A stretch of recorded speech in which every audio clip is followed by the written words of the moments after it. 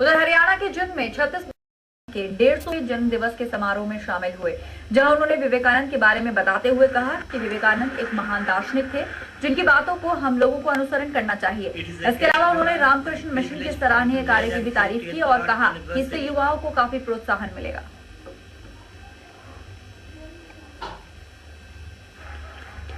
विवेकानंद जी कह के गए थे, बदलाव एक पल में हो जाता है, बदलाव के लिए वर्षों की जरूरत नहीं होती। तो विवेकानंद का कथन है कि जिस समय चेंज होना चाहता है वो इमीडिएटली पलक झपकते हो जाता है, एक चुटकी में हो जाता है, और इस तरह के प्रोग्राम में ट्रिगर देता है।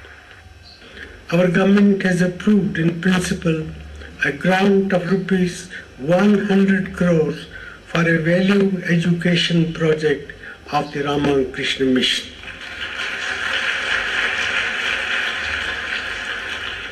I sincerely hope that the project will help to inculcate in our children a moral compass and a value system that provides a bulwark against the tide of commercialism and consumerism that is sweeping our society.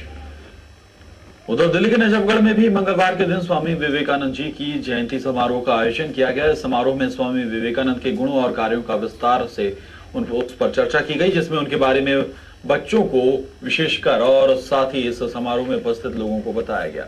इस जयंती समारोह में शिरकत करने आए मशहूर लेखक doctor Narendra Kohli और विश्व स्तरीय मोटिवेटर और लेखक PS राठौर ने स्वामी विवेकानंद के जीवन दर्शन का परिचय देकर युवाओं को स्वयं का निर्माण कर राष्ट्रवादी बनने की प्रेरणा दी।